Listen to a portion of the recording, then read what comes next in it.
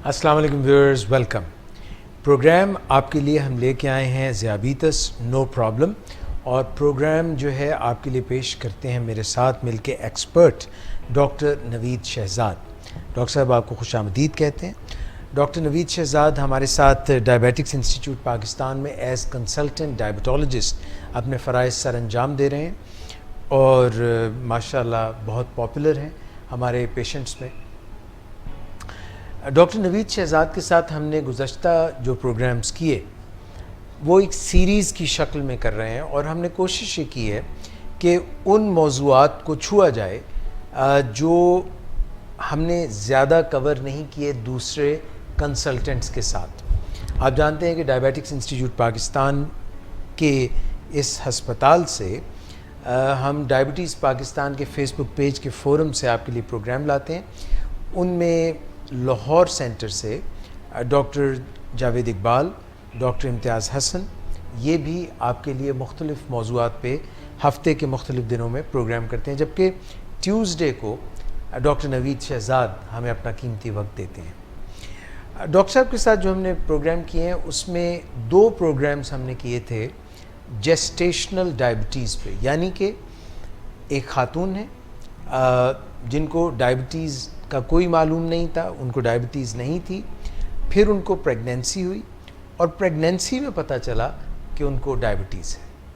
तो इससे जुड़ी हुई तमाम बातें, क्या लेवल्स होने चाहिए, ब्लड शुगर लेवल्स होने चाहिए, उससे कॉम्प्लिकेशंस क्या होती हैं, स्क्रीनिंग कैसे करते हैं, क्या एहतियाती तदाबीर अपनानी चाहिए, कौन सी अद्वियात इस्तेमाल करनी चाहिए, इंसुलिन का क्या रोल है, और फिर माँ और बच्चा किस तरह से प्रेगनेंसी के अख्ताम तक पहुँचे और बच्चे की डिलीवरी हो, सेहतमंद बच्चा डिलीवर हो, और वालिदा जो हैं उस बच्चे की, यानी जच्चा और बच्चा दोनों भरपूर तरीके से प्रेगनेंसी भी गुजारें और प्रेगनेंसी के बाद की ज़िंदगी भी गुजारें।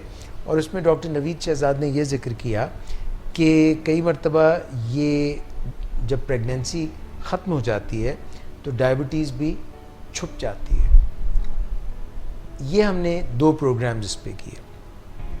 फिर उसी सीरीज़ में जो लास्ट प्रोग्राम लास्ट ट्यूसडे को आपने देखा, लाइव प्रोग्राम, उसमें डॉक्टर साहब ने ये बात की कि एक खातून को पहले से ही पता है कि वो डायबिटिक है, और वो डायबिटिक खातून हामला हो जाती हैं, हमल ठहर जाता है, प्रेग्नेंट हो जाती हैं।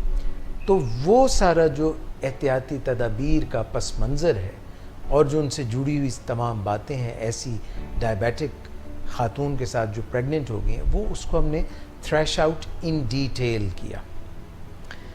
इन तीनों प्रोग्राम्स में आपके बहुत से सवालात भी डॉक्टर नवीद शहजाद के लिए आए। कुछ रेलेवेंट थे बिल्कुल, जैसे प्रोग्राम किए थे उनके मुताबिक, कुछ लोगों के और भी जहनों में ख्यालात आए। डॉक्टर साहब ने मुझे ये बताया है कि वो आज तमाम वो सवाल जो आपके जहनों में थे उनके जवाबात भी देंगे। तो आज का प्रोग्राम तो हम समझ लीजिए कि Q&A सेशन करेंगे, क्वेश्चन एंड आंसर सेशन। ये जो प्रोग्राम चल रहा है इसमें मैं अपने प्रोड्यूसर साहब से रिक्वेस्ट करूंगा कि अगर कोई उनको लगे कि प्रोग्राम में ऐसा सवाल है जिसको वो हमारी आज की नशरियात में शामिल करना चाह रहे हैं तो वो भी कर सकते हैं।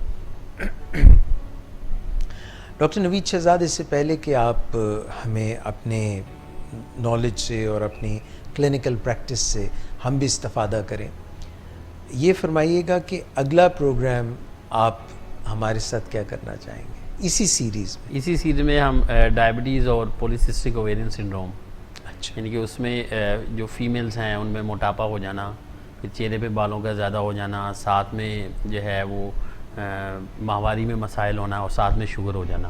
तो इन दोनों का हम आपस में अलहदा भी देखेंगे कि वो क्या होती है, कैसे उससे उसकी ट्रीटमेंट क्या है, क्योंकि पूरी दुनिया में क्या पाकिस्तान में भी पॉलीसिस्टिक ओवेरियन सिंड्रोम, जिसको PCOS जी आम टर्म में कहते हैं, वो होता है। तो हम इसके ऊपर इंशाल्लाह ताला नेक्स्ट जो है वो प्रोग्राम में डिटेल में बात करेंगे कि इसको कैसे करना है, कैसे ट्रीटमेंट है, क्या क्या चीज़ों को देखना चाहिए, क्या क्या चीज़ें अहम हैं इसमें।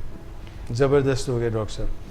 ये जो पिछले प्रोग्राम्स में सवाल आए हैं उनमें से पहला सवाल आपकी खिदमत में पेश कर रहा हूँ। हमल के लिए शुगर कितनी होनी चाहिए ताकि कोई मसला ना हो? इसका हमने लास्ट प्रोग्राम में भी जिक्र किया था, हम दोबारा उसी को मैं दोहरा देता हूँ कि वो ख़वातीन जिनको पहले से शुगर है, जिनको ज़ियाबतीस का मर्ज़ है, उनके लिए खाली पेट शुगर 90 से 120 के दरमियान हो, और जो 2 घंटे बाद शुगर है वो 155 से कम होनी चाहिए। ये वो ख़वातीन हैं जिनको ऑलरेडी डायबिटीज़ है।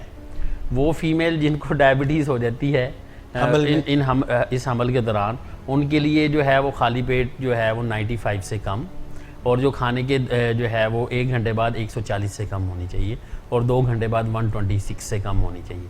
और रात के वक्त जब मरीज़ सो रहा हो, ये बात हमारी लास्ट टाइम मिस हो गई थी, रात के वक्त जब प्रेग्नेंट फीमेल सो रही हो तो उसकी शुगर 60 से कम नहीं होनी चाहिए। यानी कि 70, 80, 90 भी हो तो इट्स ऑल राइट। यानी कि हमने इस लेवल पे कंट्रोल रखना है कि रात को उसको हाइपोग्लाइसीमिया ना हो, 60 से नीचे, क्योंकि हाइपोग्लाइसीमिया होता है। बाद लोगों को 70 पे भी सिम्टम्स आने शुरू हो जाते हैं, लेकिन वो लोग जो कि पहले से ज़ियाबतीस का मर्ज़ नहीं होता जिनको, तो उनको 60 से कम पे ही अलामात आएंगी, उस पर नहीं आएंगी।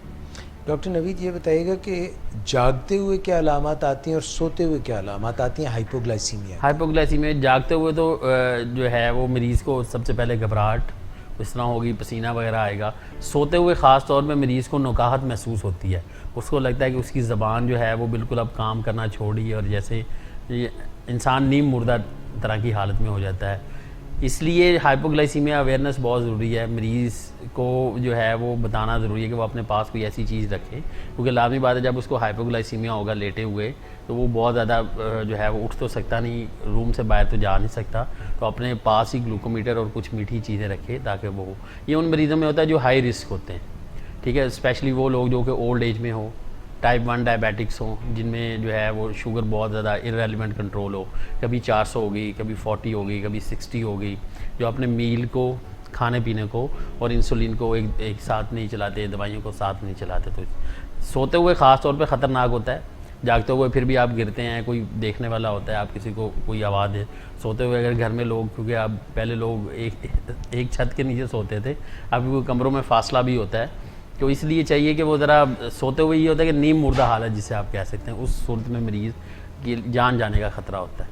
और एक टर्म है, हम आगे किसी प्रोग्राम में डिस्कस भी करेंगे, ठीक है, उसमें जो है वो यूग्लाइसीमिक ब्रेन जो है वो, या हाइपोग्लाइसीमिक ब्रेन इंजरी कैसे होती है। कि बाद लोग कहते हैं कि जो है वो सोया हुआ था, शुगर कम हुई, उसके बाद दिमाग नहीं काम कर रहा। तो हम किसी प्रोग्राम में हम इसके ऊपर भी इंशाल्लाह ताला जो है वो बात करेंगे। थोड़ी सी डराने की बात कर दी आपने। हाँ जी। डॉक्टर साहब, आपके ख्याल में जिनको प्रेग्नेंट वुमेन की बात क्योंकि हम कर रहे हैं, तो रात को पास अगर कोई महलूल जिसमें ग्लूकोज, ग्लैक्सोज ऐसा कोई मिला के रख लिया जाए, या कोई फल रख लिया जाए, या कोई, क्योंकि अगर कोई शख्स जो है वो अपनी होश की हालत में नहीं है और उसके अंदर आप पानी उंडेलें तो उसकी सांस की नाली में भी जाने का ख़तरा होता है।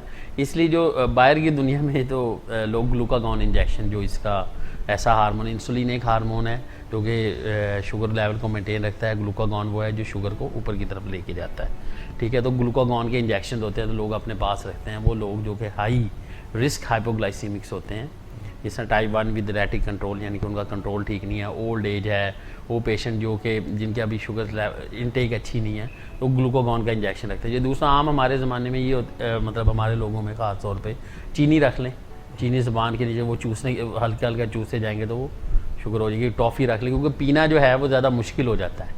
कोई भी ऐसी चीज़ जो कि सॉफ्ट हो और वो उसको निगलने की भी बहुत ज़रूरत ना हो, और ज़बान पे रखें तो वो आराम से तहलील होती जाए और शुगर लेवल को बढ़ा दें। उनमें चीनी है, लोग कैंडीज़ रख लेते हैं, ठीक है। बाज़ औक़ात कोई मीठा, कोई महलूल जो है, बाद लोग इतने ट्रेंड होते हैं कि उन्हें पता लगना शुरू हो जाता है, इनको रिकरेंट हाइपोग्लाइसीमिया, बार बार शुगर कम होने के चांसेस होते हैं। वो इतने ट्रेंड होते हैं कि जब वो उनको कपकपाहट होनी शुरू होती है तो फ़ौरन जो है वो क्या कहते हैं, ग्लूकोमीटर से अपनी शुगर चेक करते हैं, उन्हें पता लग जाता है अब 50 है, 40 है, और फिर वो फ़ौरन कुछ ना कुछ मीठा ले लेते हैं। इवन कुछ लोग अलर्ट भी रहते हैं, इवन 40s पे भी मरीज़ अलर्ट रहता है। लेकिन मैंने अभी आपको बताया कि हम इंशाल्लाह किसी प्रोग्राम में डिस्कस करेंगे कि हाइपोग्लाइसीमिया के ब्रेन पे क्या इफेक्ट्स हैं, चाहे मरीज़ अलर्ट ही क्यों ना हो। डॉक्टर साहब, ये जिसको भी हाइपोग्लाइसीमिया जब हो जाता है तो इसका असर जो है नकाहत की सूरत में या जो भी उसके बुरे असरात हैं, वो बावजूद कि आप ब्लड शुगर लेवल ठीक कर लें, मगर उसके रेजिडुअल इफ़ेक्ट्स महसूस होते रहते उसमें ये है कि आप आर्डली तौर पे ये चाहिए कि अगर आपने मीठा लिया है तो आधे घंटे बाद अपनी शुगर चेक करें कि कितनी है। अगर वो फिर आपकी 100 से कम आती हैं तो फिर आप कुछ मीठा ले लें अनटिल लेस कि वो 150 या 200 के करीब हों, जिसमें बॉडी एडजस्ट थोड़ा सा कर ले, क्योंकि शुगर लेवल कम होगी तो बॉडी की पूरी ओवरऑल बॉडी इफेक्ट होती है, ख़ासतौर पर ब्रेन होता है। तो ब्रेन का कॉग्निटिव फंक्शन, जिसे हम कहते हैं कि हमारे सोचने समझने चीज़ों को देखने की सलाहियत, वो इम्पेयर होने की जो है वो ख़तरा होता है। इसलिए जो है वो शुगर को ये नहीं कि आपने मीठा ले लिया तो अगला 1 घंटा अगर आपको नकाहत हो रही है तो आप लेटे रहें, तो ऐसा नहीं करना। आपने दोबारा चेक करनी है, आपने 100 से ऊपर उसे लेके जाना है ताकि मरीज़ जो है वो अपने एक जो है वो कंफर्टेबल जोन में रहे। डॉक्टर साहब, ये जो लोग सो रहे होते हैं, चाहे वो हामला खातून हो या कोई भी हो जिसकी शुगर लो हो रही हो, हाई ख़ास तौर पे इंसुलिन पे हैं वो अगर, या गोलियों पे भी हैं, तो कोई डरावने ख्वाब आना या दांत भींच लेना या झटके लगना लो शुगर की, ये भी एक सूरत होती है। ये ज़रूरी नहीं कि हर मरीज़ में हो, ठीक है। वो मरीज़ जिन मतलब स्पेशली ख़ास तौर पे ये बच्चों में ज़्यादा होते हैं क्योंकि उनको एनर्जी की रिक्वायरमेंट ज़्यादा होती है, उनमें नज़र आते हैं, ओल्ड एज में नज़र आते हैं। बाद लोग कहते हैं मिर्गी का दौरा पड़ गया, दांत क्योंकि लोग चबा लेते हैं, लेकिन आम से मुख्तलिफ होते हैं।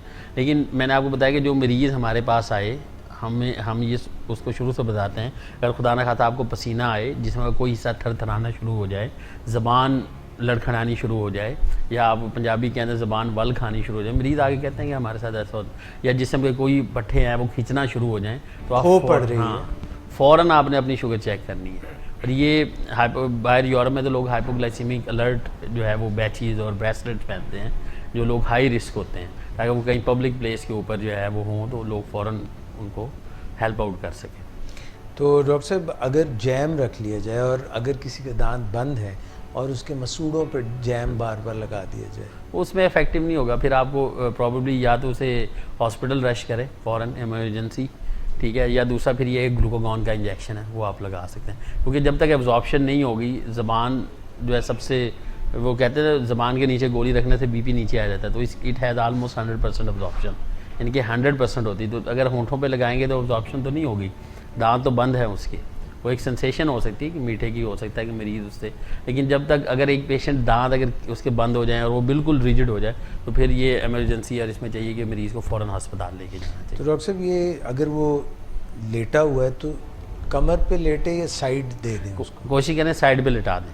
जिस तरह हम किसी भी मरीज़ को, जैसे जो ज़्यादातर वो मरीज़ जो कि एकदम जिसको कोई दिल का दौरा पड़े या कोई मिर्गी की अलामात हो या इसी तरह के फिट्स पड़ने शुरू हो जाएं, तो उसे राइट लैटरल या लेफ़्ट लैटरल या अपनी राइट साइड पे से लिटा दें लेफ़्ट पे। उसमें ये होता है कि ज़बान फिर जो है वो सांस की नाली के ऊपर नहीं जाती और उससे जो है वो फिर कुछ लोग उंगली भी डाल के कोशिश करते हैं मुँह खोलने की, तो जो अब पेशेंट तो अगर उस वक्त अनअवेयर है तो ये भी एक रिस्की है, हो सकता है उसे HbO हो, आपको इंजरी का रिस्क होता है, ज़्यादा इस तरह की ट्राई भी नहीं करनी चाहिए उसको। इट्स इमरजेंसी, आपको फ़ौरन हॉस्पिटल में रश करना चाहिए। बेहतरीन हो गया डॉक्टर साहब। अच्छा, अब यहाँ पे एक सवाल है, वो पूरा मुतकाज़ी है एक प्रोग्राम का, यानी अलग प्रोग्राम का, मगर आपने सिर्फ उसको टच अपॉन करना है। सवाल ये है कि टाइप 1 डायबिटीज़ क्या है? हाँ, इसमें हम थोड़ा थोड़ा गाए बगाए अपने प्रोग्राम्स में भी कहते रहे टाइप 1 क्या है। टाइप 1 एक पूरा अपना सब्जेक्ट है। इसमें आमतौर पे यही समझ सकते हैं कि ऐसी, इसमें जो पैंक्रियाज है, जो लबलबा है जहाँ से इंसुलिन बनती है, वो जो है वो खुद से जो है वो खुद साख्ता तौर पे जिसम में ऐसे अवामिल आते हैं या माँ बाप की तरफ से विरासती तौर पे आते हैं जिसमें लबलबा काम करना छोड़ देता है, तो अपनी जिस्म की जो इंसुलिन है वो नहीं बनती। तो इंसुलिन नहीं बनेगी तो हमें बाहर से इंसुलिन चाहिए होगी। ये वो ज़्यादा मरीज़ होते हैं जो छोटी उम्र के होते हैं, 20 साल से कम उम्र होती है। बाद में भी लोग आ सकते हैं, ज़रूरी नहीं कि वो 20 साल की उम्र ही हो, लेकिन ज़्यादातर जो है 18 साल, कुछ बुक्स 18 साल कहती हैं, कुछ बुक्स 20 साल तक कहती हैं, उन मरीज़ों में होता है। ये वो मरीज़ होते हैं जिनमें इंसुलिन की रिक्वायरमेंट होती है, और ये हमारी कम तादाद है, मतलब 4 to 10% कर लें मैक्सिमम, बाकी 85% हमारे टाइप 2 डायबिटिक हैं, इतने ही होता है, इससे ज़्यादा ये नहीं है हमारे। इसका मतलब ज़्यादातर टाइप 2 डायबिटिक है, उससे कम टाइप 1 है, और फिर 2-3 इकसाम हल्की, यानी कम जिनमें से एक हमने जेस्टेशनल डायबिटीज डिस्कस करना, 2-3 इकसाम और भी है। ठीक है। अच्छा जी, ये अब रेलेवेंट सवाल है। कहते हैं मेरी बेटी को 3 साल की उम्र से शुगर है, उसका HbA1c 10 है। अच्छा, ये बल्कि ये फिर टाइप 1 का आ गया। हाँ, टाइप 1 इसमें ये कि अभी 3 साल से है, तो अभी उसकी करंट एज कितनी है ये भी इम्पॉर्टेंट है कि करंट एज कितनी है। वो 3 साल की उम्र से है, मगर करंट एज नहीं बताई। हाँ, करंट एज नहीं, तो करंट एज कितनी है, कौन कौन सी वो दवाइयाँ ले चुकी हैं। लाजमी बात है इसमें इस उम्र में होगी तो टाइप 1 जो है वो मोस्ट लाइकली टाइप 1 नहीं होगी ऐसे पेशेंट्स के अंदर। तो इसमें ये है कि इंसुलिन कौन सी ले रही हैं, कितनी दफ़ा ले रही हैं, अब एज कितनी है। अब होता ये कि जो टाइप 1 डायबिटिक्स हैं उनका इशू ये होता है कि उनकी वो ग्रोइंग एज में होता है, तो ग्रोथ हार्मोन वगैरह जिस्म से रतूबतें निकल रही होती है जो बॉडी के ऑर्गन्स को और ग्रोथ के लिए ज़रूरी होते हैं, तो उनके साथ भी शुगर्स लेवल हाई होते हैं।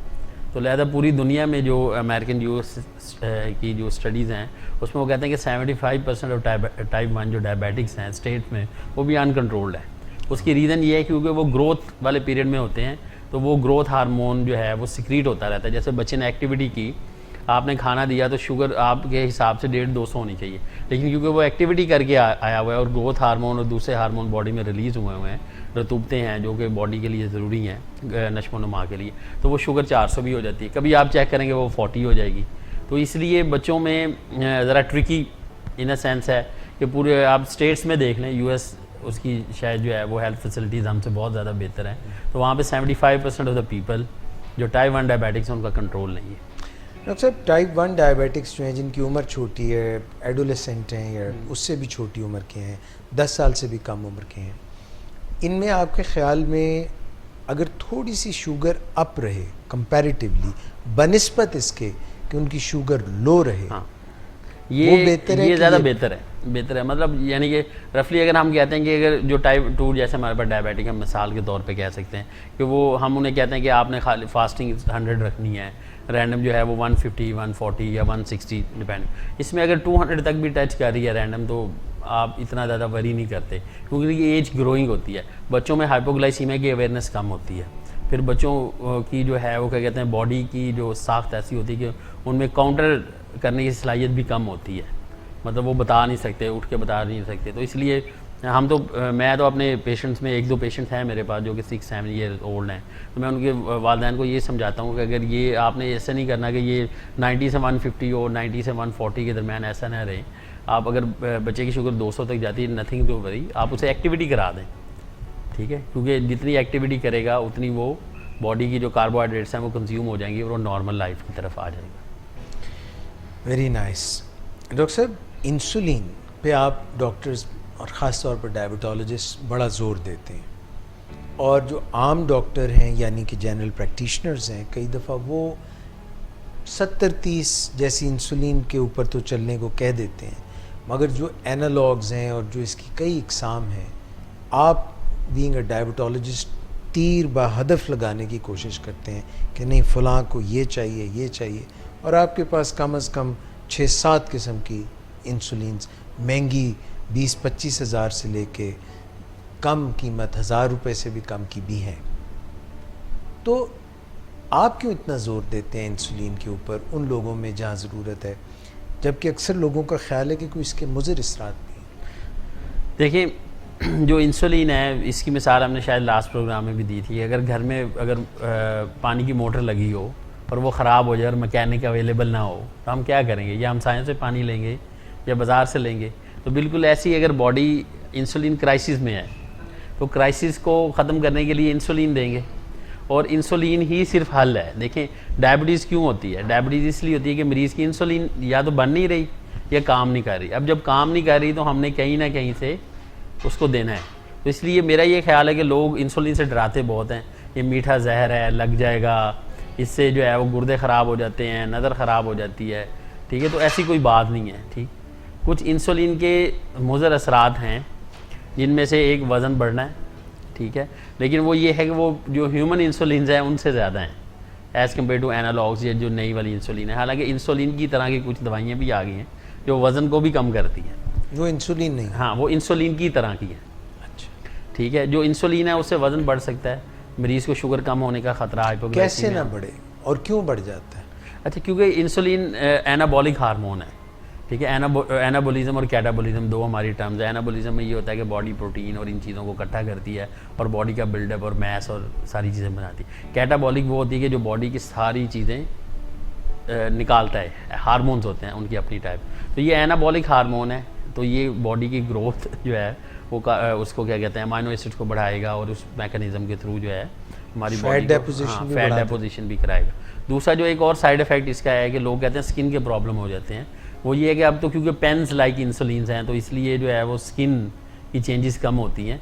पहले ज़माने में जब लोग अभी भी लगाते हैं, खैर ज़्यादातर पेशेंट जो सिरिंज से लगाते हैं उसमें लाइपोडिस्ट्रॉफी होने का ख़तरा होता है। वो ये होता है कि लोकलाइज जो एरिया जहाँ पे पेट पे लगा रहे हैं, थाइस पे लगा रहे हैं, बाजू पे लगा रहे हैं, वहाँ की जो फैट है वो सख्त हो जाती है और उसमें वो जैसे अमलगन टाइप हो जाता है, तो उससे जो है वो क्या कहते हैं उसे छोटी छोटी गुठलियाँ टाइप बन सकती हैं, ठीक है। लेकिन अगर मरीज़ प्रॉपर तरीके से इंसुलिन लगाए तो उससे भी बचा जा सकता है, मतलब जगह तब्दील करे, जगह तब्दील करके, हाँ तब्दील करके लगाए। दूसरा ये कि जब इंसुलिन लगाए, अगर सिरिंज ख़राब है या उसे अगर उसको चुभ रही है इंसुलिन, तो इसका मतलब या तो सिरिंज ख़राब है या इंसुलिन बहुत ज़्यादा ठंडी है या इंसुलिन एक्सपायर हो गई है या वो जिस तरीके से लगा रहा है वो ठीक नहीं है। तो प्रॉपर एजुकेशन भी ज़रूरी है, ठीक है। उसके बाद जो सबसे जो क्या कहते हैं ख़तरनाक जो लोग अभी हमने डिस्कस भी किया, हाइपोग्लाइसीमिया है। लेकिन अगर आप उम्र के हिसाब से ऐसी इंसुलिन दें कि जिसमें हाइपोग्लाइसीमिया का रिस्क कम हो, जैसे जो लॉन्गर एक्टिंग इंसुलिन हैं जो कि काफ़ी देर तक जिस्म में रहती हैं, वो हम इस्तेमाल कर सकते हैं। जो थोड़ी बहुत शुगर ज़्यादा होती है उसमें हम शॉर्ट एक्टिंग इंसुलिन यानी कि थोड़ी देर के लिए, जो 4 से 6 घंटे के लिए होती है और हमें पता होगा ये इतनी देर में ख़त्म हो जाती है, तो वो हम इस्तेमाल कर सकते हैं। तो इसका मतलब है डॉक्टर साहब कि अगर कोई मसला है तो उसका हल भी है बिल्कुल। और कई इंसुलिन जो है मुख्तलिफ़ कंपनियों की, उनके अंदर जो चीज़ भी ऐड की होती है वो कभी एलर्जी भी कर जाती है, तो उसका अगर कोई मुतबादिल हाँ एलर्जीज़, आपकी सॉरी बात काट रहा हूँ, एलर्जीज़ जो है ना वो बहुत कम है सेंसिटिविटी, क्योंकि अब तो एनालॉग्स आ गए हैं, एनालॉग में वैसे ही एलर्जी के कम चांसेस हैं। लेकिन अगर एक पेशेंट को इंसुलिन एलर्जी है, बहुत कम, रेयरली बहुत कम रिपोर्टेड केसेस हैं। हाँ स्किन पे जो एलर्जी हमने अभी बात की, अगर उसको चुभ रहा है, सुर्ख रंग का निशान बन रहा है, तो इसका मतलब या तो नीडल ख़राब है या फिर इंसुलिन जो है बहुत ज़्यादा ठंडी है, एक्सपायर है, या फिर जो है वो जो इंसुलिन की टेक्निक है वो उसकी गलत है लगाने की। तो डॉक्टर साहब एक सिरिंज कितनी दफ़ा इस्तेमाल कर रहे हैं? सिरिंज जो है वो 3 to 5 टाइम्स जो है ना मरीज़ यूज़ कर लेते हैं। और ठंडी कितनी रखें? हाँ नॉर्मल जो टेम्परेचर जो 27 सेंटीग्रेड इसके लिए रिकमेंडेड टेम्परेचर है। और जब आप इसको निकालें, ठीक है, फ्रिज में से अगर आप निकालते हैं तो इसको 2 से 3 दफ़ा हाथ के अंदर मस लें ताकि उसका टेम्परेचर नीचे की तरफ आए। इवन जो हमारे यहाँ क्योंकि 50 से प्लस हो जाता है तो आप रूम टेम्परेचर के ऊपर जो हमारा 26-27 है उसके ऊपर आप प्रिजर्व कर सकते हैं आराम से इंसुलिन को। लेकिन वो क्योंकि एक फेयर होता है, क्योंकि हमारे यहाँ क्योंकि गर्मी बहुत है, जैसे आजकल 46 है, तो इसलिए हमारे लिए मुश्किल हो जाता है। तो आप जब निकालें तो कोशिश करें उसको 1 आधा मिनट बाहर रखें, फिर उसके बाद हाथों में मस लें ताकि वो नॉर्मल फील हो। जितनी आप ठंडी लगाएंगे उतनी वो आप वो मॉलिक्यूल्स क्योंकि आपस में कॉम्प्लेक्स बना लेते हैं तो वो फिर तंग करते हैं skin. Doctor Naveed Shahzad, insulin के आपने बता दिया कि क्या हिफाजती तदाबीर होनी चाहिए। अब ये बताइए कि अगर कोई इंसुलिन लगाते हैं तो उसके बाद अगर उनके पाँव में दर्द शुरू हो जाए, ये कहती हैं कि मेरी वालिदा इंसुलिन लगा रही है मगर पाँव में दर्द होती है, इस पे भी हम इंशाल्लाह जब डिटेल में मौका मिलेगा तो हम न्यूरोपैथी के ऊपर बात करेंगे, यानी कि नसों का सुन्न हो जाना। तो डायबिटीज़ में काफ़ी किस्म की न्यूरोपैथीज होती हैं, जिनमें से एक पेनफुल न्यूरोपैथी जो ये कह रहे हैं, ये जब शुगर्स अनकंट्रोल रहे हैं बहुत ज़्यादा लंबे अरसे के लिए तो बाज़ औक़ात पेन होनी शुरू हो जाती है। इसका बेहतरीन जो हल तो वही है कि आप शुगर को अच्छा कंट्रोल करें। अगर वो इंसुलिन भी लगा रही हैं तो इसका मतलब उनका शुगर का कंट्रोल अच्छा नहीं है। फिर बहुत सारी दवाइयाँ हैं, मतलब हम दे सकते हैं, इनमें एनाल्जेसिक्स भी दे सकते हैं, ऊपर लगाने के लिए भी दे सकते हैं, खाने वाली भी दवाइयाँ दे सकते होते हैं जो कि हम दे सकते हैं इनके अंदर। तो सबसे बेहतरीन जो हल है डैट इज़ के शुगर कंट्रोल करें, क्योंकि बाकी जो दवाइयाँ उनके अपने फिर इफ़ेक्ट्स भी होंगे और साइड इफ़ेक्ट्स भी होंगे। सही है। अच्छा जी, ग्लूकोफेज एक ऐसी दवा है, मेटफॉर्मिन जिसको आप कहते हैं, इसकी आप बहुत तारीफ़ करते हैं, तमाम डॉक्टर्स इसकी तारीफ़ करते हैं और कहते हैं कि ये एक बुनियादी और ज़रूरी आगाज़ करने की दवाई है और जो मुदाफ़ियत जिसमें होती है वो भी कम हो जाती है। इंसुलिन की मिक़दार जो इस्तेमाल करनी है उससे उसकी भी कमी हो सकती है। तो ग्लूकोफेज या जितने इसके गुण गाते हैं हम मेटफॉर्मिन के, इसके कोई नुकसानात भी हैं? अच्छा, ग्लूकोफेज के जो एक सबसे ज़्यादा साइड इफ़ेक्ट जो आम है वो ये है कि पेट में दर्द होना, बाद मरीज़ों को मतली हो जाती है, बाद लोगों को डायरिया हो जाता है, लूज़ मोशन हो जाते हैं। वो तो हमने सुना है कि जिन्हें खा दिया गाजरा उन्होंने दे टिड्ड पीड़। उसमें ये कि अब तो खैर एक्सटेंडेड रील XR जिसे हम कहते हैं वो भी ग्लूकोफेज आ गई हुई हैं कि जो आराम से सिक्रीट होती हैं ताकि वो मैदे को भी डिस्टर्ब ना करें, अंथड़ियों को भी ना करें। बाकी कुछ लोगों का ये ख्याल है कि जो है वो गुर्दे ख़राब होते हैं, ठीक है, या कुछ और कोई मसाइल होते हैं, ठीक है। देखें, अगर आपकी डायबिटीज़ कंट्रोल नहीं रहेगी लंबे अरसे के लिए तो गुर्दे तो वैसे भी ख़राब हो जाएंगे, ठीक है। ग्लूकोफेज जब गुर्दे ख़राब हो जाते हैं तो एक मतलब एक ख़ास लिमिट तक जो है हम ग्लूकोफेज दे सकते हैं। उसके बाद फिर अगर पहले ख़राब हो गए तब, या ग्लूकोफेज की वजह से? नहीं, ग्लूकोफेज की वजह से नहीं होते। ग्लूकोफेज का कोई साइड इफेक्ट नहीं जिससे गुर्दे खराब। इंसुलिन की वजह से गुर्दे इंसुलिन की वजह से भी नहीं होते। जो शुगर है वो सबसे जो है वो कल्प्रिट है, जिसे कहते हैं ना, वो जो जुर्म है सबसे बड़ा वो शुगर है। अच्छा, अगर शुगर का मरीज़ है मगर उसने अपनी HbA1c 5.5-6 के करीब रखी है, फिर उसके गुर्दे ख़राब हो जाएंगे? फिर कम चांसेस है, फिर ऐसा नहीं होता। फिर वो जो है अपनी अगर HbA1c को मेंटेन रखता है, अपने जो है वो परहेज़ करता है, अपने वज़न को एक ख़ास लिमिट तक रखता है, तो फिर गुर्दे ख़राब होने के चांसेस कम होते हैं। फिर ये होता है कि बाद मरीज़ ऐसे होते हैं कि जो कहते हैं कि डॉक्टर साहब असी पहले ठीक सी, ये दवाई खादी है तो ओदी में तो गुर्दे ख़राब हो गए। ऐसा नहीं होता, क्योंकि उनकी ईयर्स एंड ईयर्स से अनकंट्रोल्ड डायबिटीज़ चल रही होती है। वो जनाब थोड़ी सी दवाई खाते हैं और टेस्ट पहली दफ़ा कराते हैं तो गुर्दों के टेस्ट ख़राब निकल आते हैं। तो ग्लूकोफेज की वजह से गुर्दे ख़राब नहीं होते। शुगर जो है वो इट्सेल्फ जो है वो खुद सारी चीज़ों को ख़राबी का बायस है जब वो कंट्रोल ना हो। ठीक हो गया। तो डॉक्टर साहब ये बताइएगा कि ये सवाल है कि ये डायबिटिक हैं, इनकी निहारमू शुगर 120 है और इनकी जो खाने के बाद की शुगर है वो 250-220 के इर्द गिर्द रहती है। इसमें यह है कि मरीज़ की अगर फास्टिंग 120 है तो ये भी थोड़ी सी हायर रेंज है। अगर मरीज़ की उम्र का अब हमें पता नहीं है, उन्होंने उम्र अपनी लिखी नहीं, लोग लिखते नहीं हैं सवालों में, तो एज के हिसाब से है। तो ये है कि उनको जो खाना पीना है उसमें अपनी जो है उसमें परहेज़ करें, अच्छा करें, सैर करें और अपनी दवाइयाँ जो हैं अपने डायबिटोलॉजिस्ट या क्लिनिकल जिसे भी फिजिशियन को दिखाते हैं उससे एडजस्ट करवाएं, अपना HbA1c कराएं। अगर वो ज़्यादा आता है तो बेहतर ये होता है कि मरीज़ जितनी जल्दी इंसुलिन के ऊपर शिफ्ट हो जाए उसकी लाइफ उतनी ईजी है, क्योंकि वो कॉम्प्लिकेशन से बच जाए, पेचीदगियों से बच जाएगा। और ये है कि फ़ास्टिंग के लिए बेहतरीन दो काम है। एक तो हम अपने जो लंबी देर के लिए इंसुलिन होती हैं लॉन्ग एक्टिंग, वो हमें फास्टिंग कंट्रोल करने में मदद देती हैं। फिर हमारी कुछ दवाइयाँ हैं जो कि ट्रेडिशनल, जैसे सल्फोनाइल यूरिया जो कि हमने डायनेल और इस तरह की हैं, तो ये भी थोड़ी देर के लिए बॉडी में 4 to 6 आवर्स के लिए हमारी हेल्प आउट कर देती हैं कि हम फास्टिंग खाने से पहले ले लें ताकि जो खाना खाया तो वो कंट्रोल हो जाए। डॉक्टर नवीद शहजाद, एक सवाल और है और वो ये है कि HbA1c 5.2 है लेकिन शुगर 175 से 200 रहती है। अच्छा। इनका कोरिलेशन क्या है HbA1c का और ब्लड शुगर फास्टिंग या ब्लड शुगर एंडम जो डेली हम चार्ट बनाते हैं? अच्छा, उसमें ये है कि यूजली ऐसा होता नहीं है। मेरा एक पेशेंट था, उसने HbA1c कराया तो वो 7.7 था, जबकि उसकी शुगर 300-350। तो मैं उसको इंसुलिन पे डाला, वो गया डॉक्टर साहब मेरी तो इंसुलिन बंदी, पढ़ा लिखा पेशेंट था। मैंने कहा कि आपकी जो ब्लड शुगर है वो कोरिलेट नहीं कर रही, तो आप अपनी लैब चेंज करें। आप अंदाज़ा लगाएं कि उन्होंने किसी और लैब से करवाया, it comes out to be 13.5।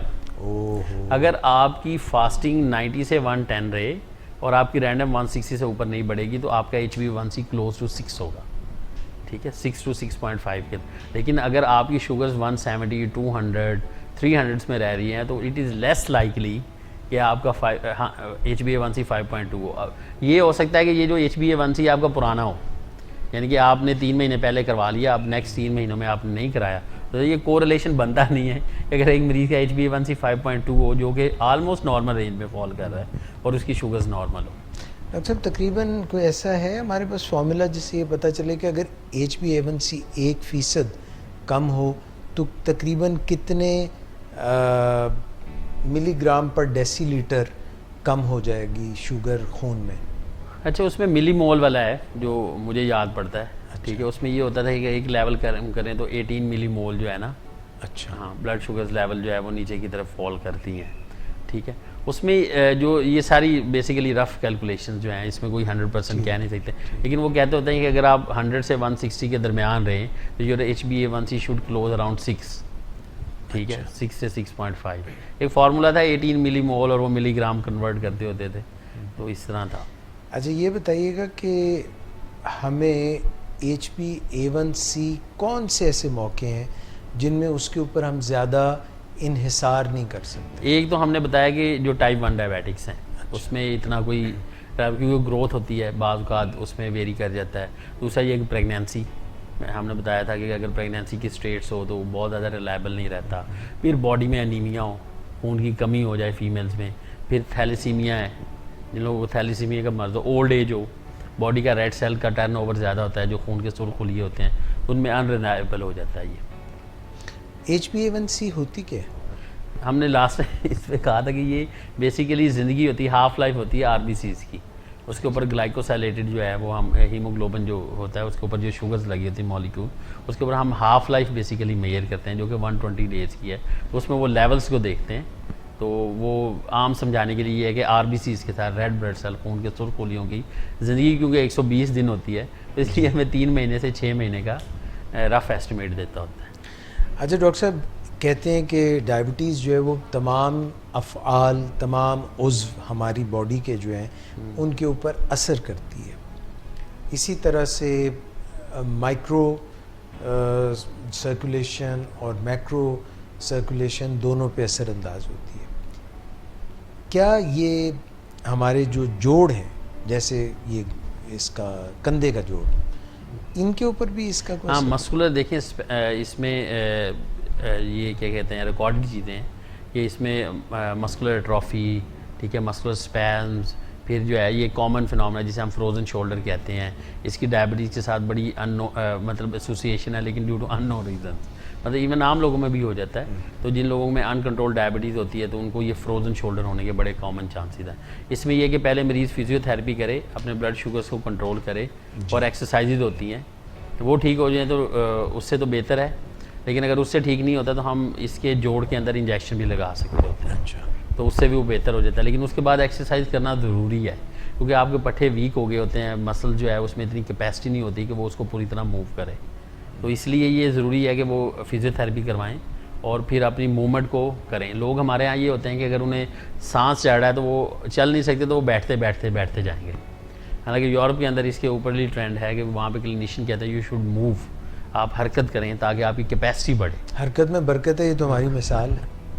लेकिन लोग कहते हैं कि नहीं सकत में बरकत है।